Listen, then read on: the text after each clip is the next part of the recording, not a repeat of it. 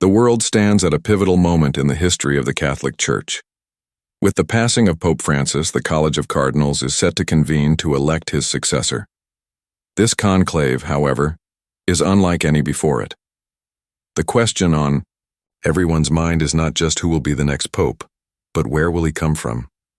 Will the Church continue its long-standing tradition of European leadership, or will it embrace a new direction, reflecting the global nature of its congregation? Pope Francis, during his papacy, broke many traditions. He was the first pope from the Americas, the first Jesuit, and the first non-European pope in over a millennium. His election was seen as a nod to the changing demographics of the Church, with Catholicism growing rapidly in regions like Africa and Asia. Now, as the Church faces new challenges, the question arises, should the next pope come from these growing regions, or should the Church look elsewhere? One of the most discussed possibilities is the election of an African pope. Africa is home to a rapidly growing Catholic population, with projections suggesting that by 2050, the continent could have the largest number of Catholics globally. This demographic shift makes Africa a crucial region for the future of the Church. A pope from Africa could bring attention to issues that are often overlooked, such as poverty, conflict, and development challenges facing the continent.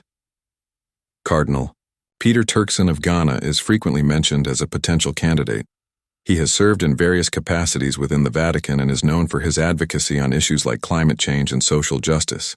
His election would not only be historic, but could also signal the Church's commitment to addressing the concerns of the global South. However, the decision is not solely based on geography. The Church is also looking for a leader with diplomatic acumen, someone who can navigate the complex global landscape. The next pope will need to address the challenges of secularism in the West, interfaith relations, and the Church's role in global peace and justice.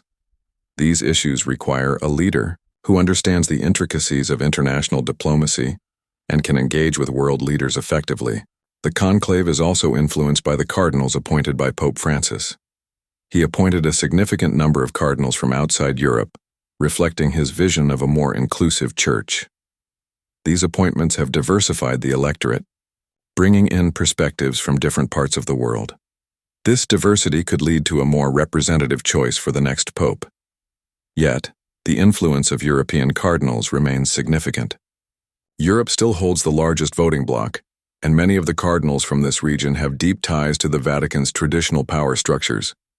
Their perspectives will undoubtedly play a role in the election process. In the end, the selection of the next pope will be a balancing act between tradition and transformation. The Church must honor its rich history, while also adapting to the changing realities of the world. The conclave will seek a leader who can unite the global Church, address contemporary issues, and guide the faithful into the future. As the world watches, the election of the next pope will be more than just a religious event. It will be a reflection of the Church's response to the challenges and opportunities of the 21st century. The choice will speak volumes about the direction the Church intends to take in an increasingly interconnected and complex world. In conclusion, while geography may influence the selection of the next pope, diplomacy and the ability to lead a global Church in a rapidly changing world are paramount. The conclave's decision will not only shape the future of the Catholic Church, but also its role on the global stage. The world waits with anticipation to see who will emerge as the next leader of one of the oldest and most influential institutions in human history.